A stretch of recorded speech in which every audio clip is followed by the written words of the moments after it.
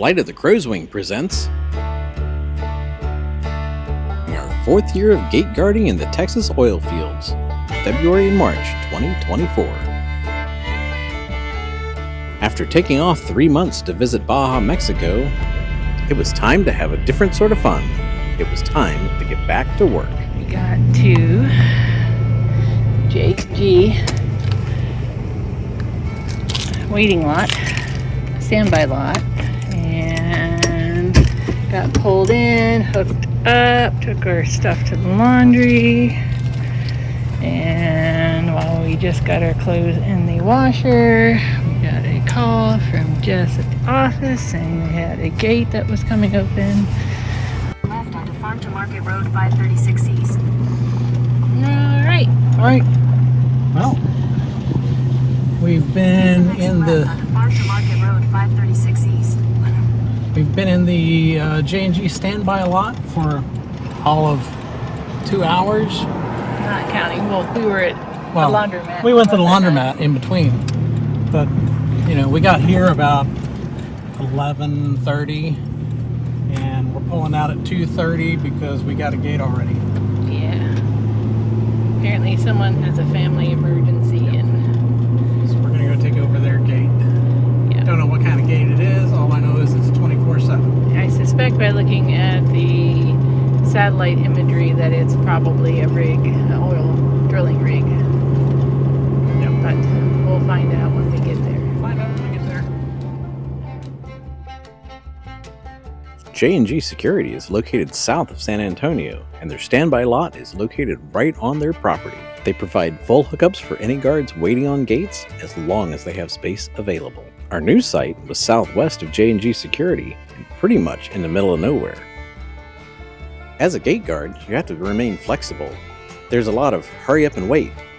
The nature of the business is that J&G do not know where guards are needed until they are notified by their client, which is usually at the last minute. So quick deployment is just part of the job, and that suits us just fine. On the flip side, when you tell them that you are ready to leave the job and go have fun, they say, "Let us know when you get back to Texas and we'll find you a gate."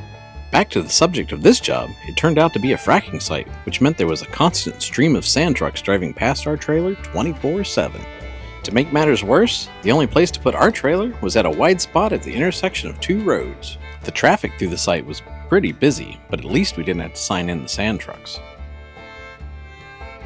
Life at the intersection of 2 busy streets could be harrowing at times, especially when they needed to move large equipment, like this crane, which seemed to get within inches of our camper. Luckily, the guy directing the driver was very good at his job.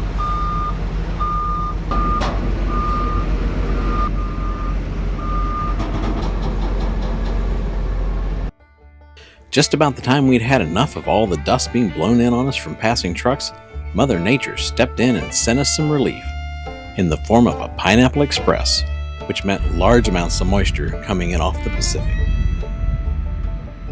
And man, did it rain. Well, in case you can't see, look, you can see the rain on the windshield or the window. There's the rig, pouring down rain. It's starting to hail. I don't know about this Pineapple Express crap, but I like it. Nope, I don't like it. You can't even see me. I'm a ghost. No, I don't like it. There, the lightning. It's lighting up my face occasionally. I'm sitting in the truck working. Well, I had one guy come through when it was really pouring rain, needing to be checked out right now. Couldn't wait 5 minutes for it to let up just a little bit. Here I am.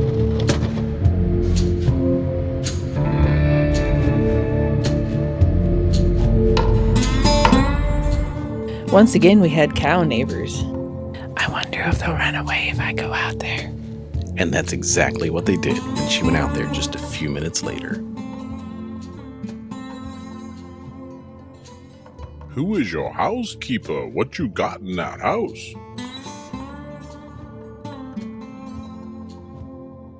Remember, if you're feeling ugly, even a frack site can look beautiful during the golden hour. Sometimes it's just a matter of you being seen in the right light. When this job was finished, we had a couple of days to wait in the standby lot for our next job. We used this time to catch up on cleaning and other projects. Do you need an easy way to run a Starlink cable into your RV? Check out our video in the link below. Then we received another call. Our next gig turned out to be less than 15 miles from our last one. This site was much quieter than the last. It was an oil rig drilling site located on an expansive plot of green, brushy land.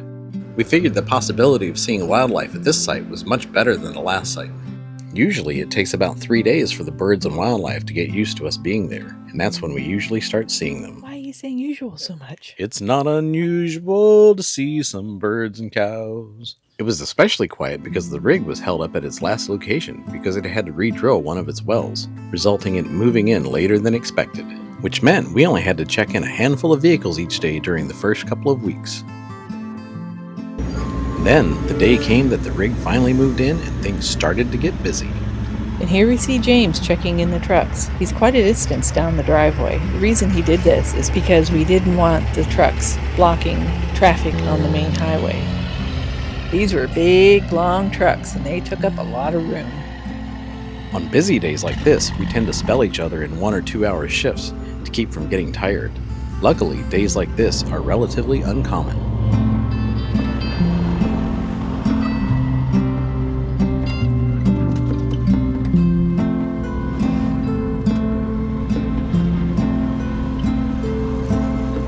So yesterday it was 90 degrees and freaking hot and humid.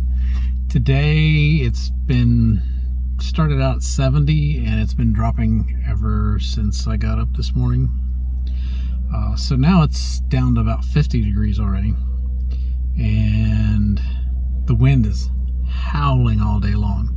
So this is what we do when it gets cold and windy and inclement for gate guarding, because our trailer's small at 20 foot by 7. There's the back side of our trailer. I got my driveway alarms. I'm sitting in the truck.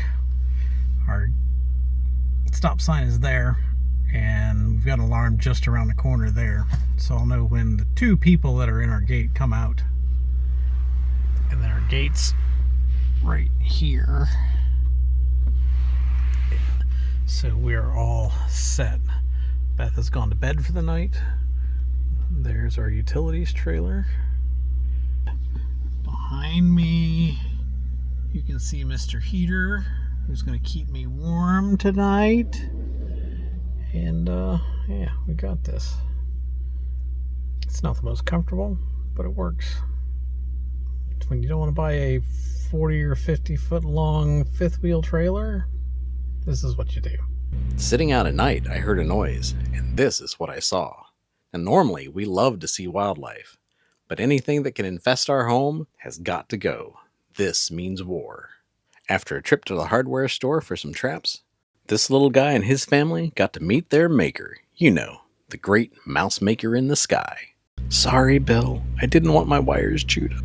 Besides the mouse, this place proved to be full of critters of all sizes. What follows is a critter montage. We saw Rio Grande turkeys, these beetles doing something, this cow who's been successfully evading the rancher, And her cute little baby. Look at his white tail. and also some Chihuahuan ravens, one of our favorites, and a crested caracara, also one of our favorites. The caracaras and ravens both tried to feed at the same time, which caused this raven to go into a threat display. Him being able to raise his hackles definitely identifies him as a raven instead of a crow.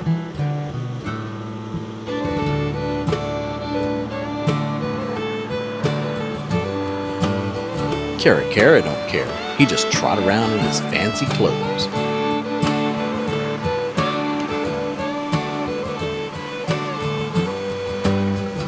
There was actually a pair of caras here.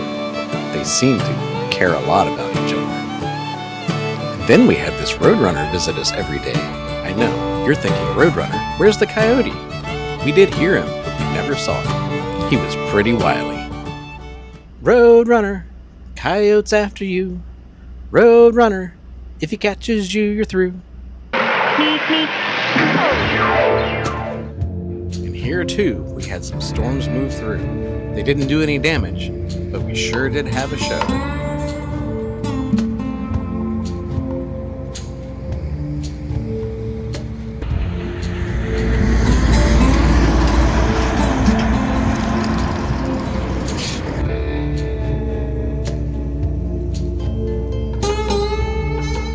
We found this site to be quite enjoyable, and have since decided, given our druthers, we'd rather have a drilling rig assignment over a fracking assignment any day.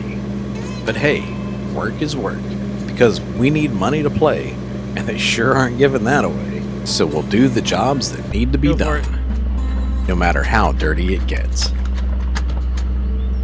I hope y'all can see the dust fly off that rug. This is what we put up with working in Texas. Is your rug clean, ma'am? No. We did find something cool at this site. A certain something that's from 34 to 23 million years old. Beth originally spotted it. Something interesting caught her eye on the ground. No, not the cow pie. That. It was some kind of fossil.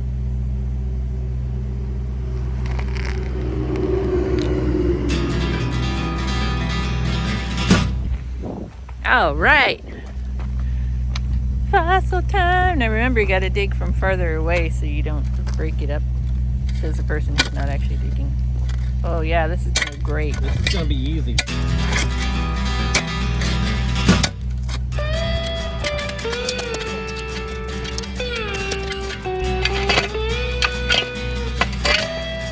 I'm thinking about getting a screwdriver and a hammer and tippy tapping around it and trying to break up the soil that way, because the shovel is ineffective.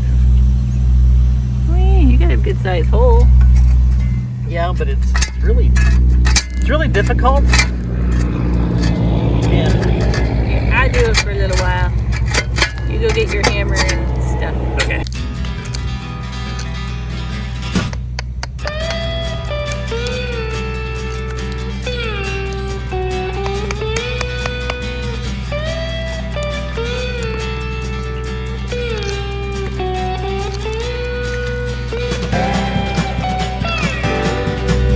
We need our little hand brush to get the loose dirt away from it so we can see. Alright, I'll go get it.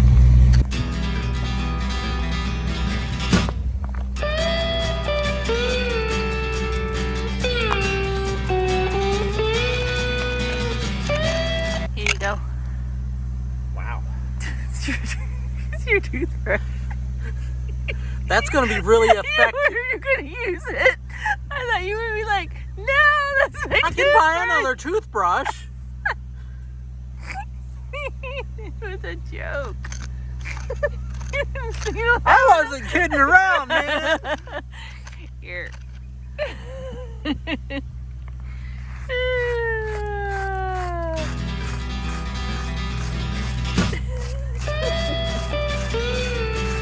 That works pretty good. I'm no archaeologist, but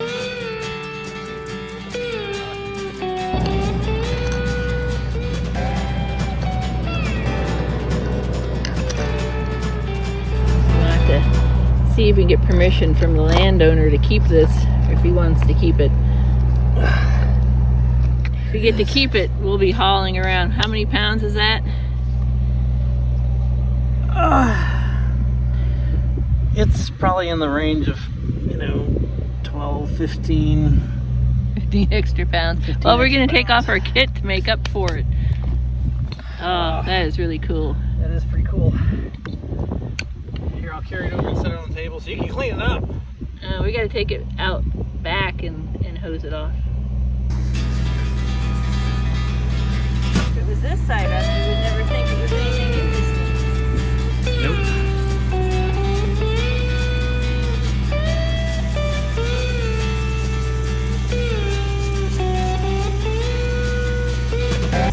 That side looks just like like a rock. This side looks like the bottom of a palm tree or something. I think it was where the root came up. Yeah. And that's exactly what it is, a petrified palm root fossil, also known as the Texas State Rock. Been eroded away probably by a stream or something. I like that you can see these little holes in there. Names I can't think of. I think spiracles. But Spherical. A respiratory opening Is it on an insect. something like phloem? Phloem. Vascular tissue in plants that conduct sugars. Turns out it's actually xylem. Xylem. Vascular tissue that conducts water and nutrients upward from the roots. Apparently, it is prized by some rockhounds because of its appearance when cut and polished, revealing highly agatized patterns suitable for display or jewelry. You could make a lot of jewelry with this hunk of rock. We did show the landowner what we'd found and explained to him what it was and where we found it, and asked him if he wanted to keep it, or if he wanted us to return it to where we found it, or if we could keep it. He couldn't have been less interested. What can I say?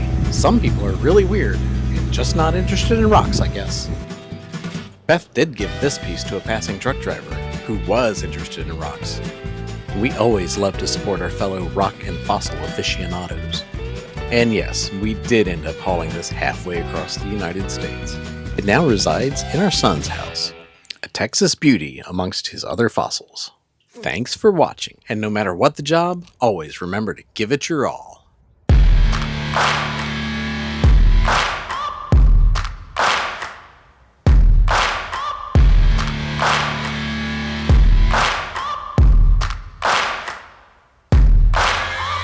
Searching for greatness in a sea of the dying and shameless, a sea of the aimless. I don't wanna be one of the nameless. I'ma wake up with the mindset that one day I'm gonna make it, and I don't think I'll be fine if I don't break my limitations. Don't try to stop me, I exist to write my own story.